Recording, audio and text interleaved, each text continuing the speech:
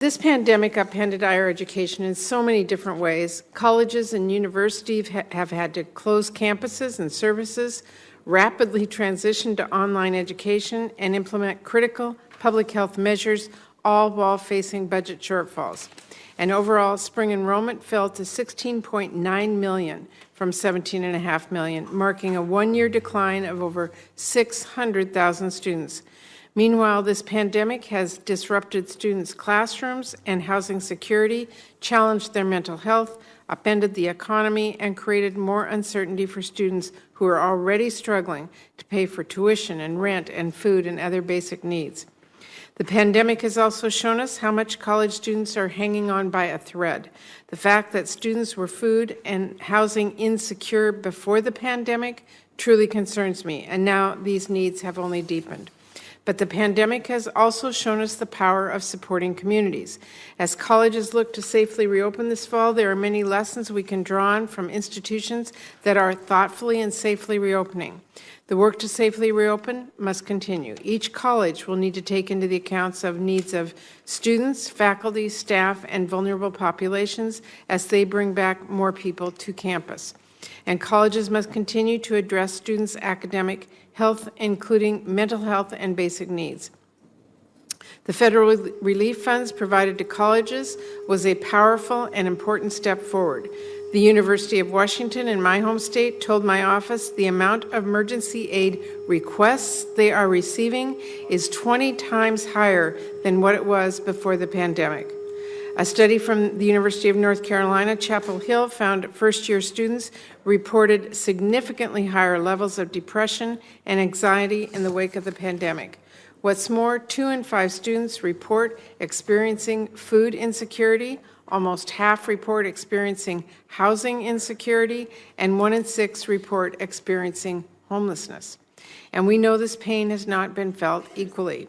It has been hardest on historically under-resourced institutions like HBCUs, other minority-serving institutions, and community colleges. It has been the hardest on students of color, families with low incomes, students with disabilities, LGBTQ students, rural students, veterans, and first-generation college students. Students who have always experienced inequities in our education system.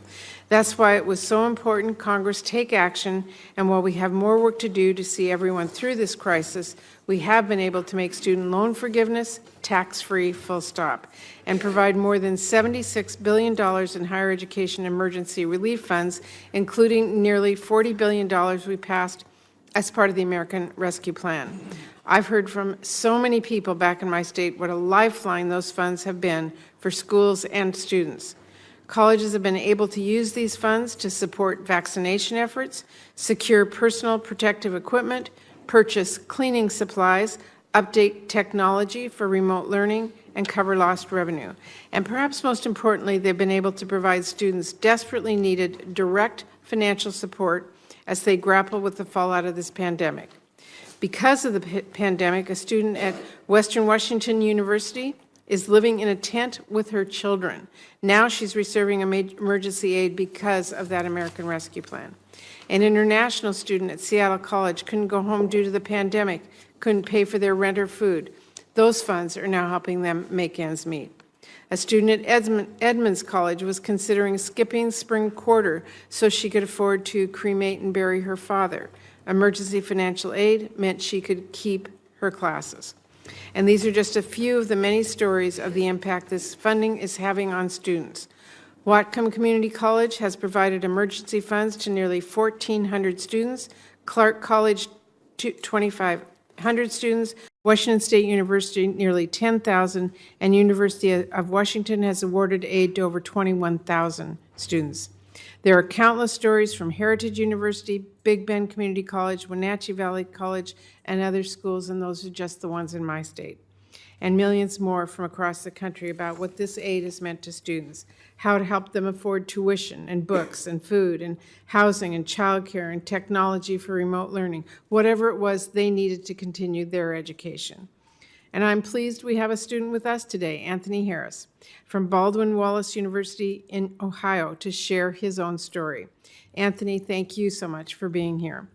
I hope we all take an important lesson away from this about the difference it makes when someone gets a helping hand during tough times. Students like Anthony and students like those whose stories I just shared are in many ways the future, and the schools they attend are foundational to local economies nationwide. Their success is critical to the success of our country and our communities. But if we truly want to help students succeed, we have to do more than simply return to normal. Because even before this pandemic, normal's price tag was far too expensive and out of reach for too many students. Normal left too many students hungry and homeless and hanging by a thread. It left them with historic amounts of student loan debt and with empty promises from predatory for-profit colleges. Normal was systemic racial and economic inequities in higher education and an epidemic of sexual assault, harassment, and bullying on campuses. If this pandemic has taught us anything, it is that we have to do better than normal. That's why I worked with colleagues on both sides of the aisle to make sure legislation we passed last year restored Pell Grant eligibility for incarcerated individuals, students who have been defrauded, and students with drug-related offenses. It's why we work to provide relief for historically Black colleges and universities and to better support working students, working families, students who are paid low incomes, and student parents. And it is why I'm still pushing to do more. I'm working to reverse the Trump administration's harmful Title IX rule, which made it so much harder for a student to report an incident of sexual assault or harassment and much easier for a school to just sweep it under the rug. Yesterday, I introduced legislation to double the maximum amount for Pell Grants and further expand Pell eligibility. And I've joined my Democratic colleagues to introduce legislation to make community college tuition-free. Back in my state, the Seattle Promise program is showing how supporting students with tuition-free community college can strengthen communities, which is why the city is using COVID relief funds to expand this program and help it cover even more student needs because they understand this is how we help Seattle return from this pandemic stronger and fairer. We have a lot of work to do to make sure every single student has the opportunity to achieve a higher education in a safe environment free from debt.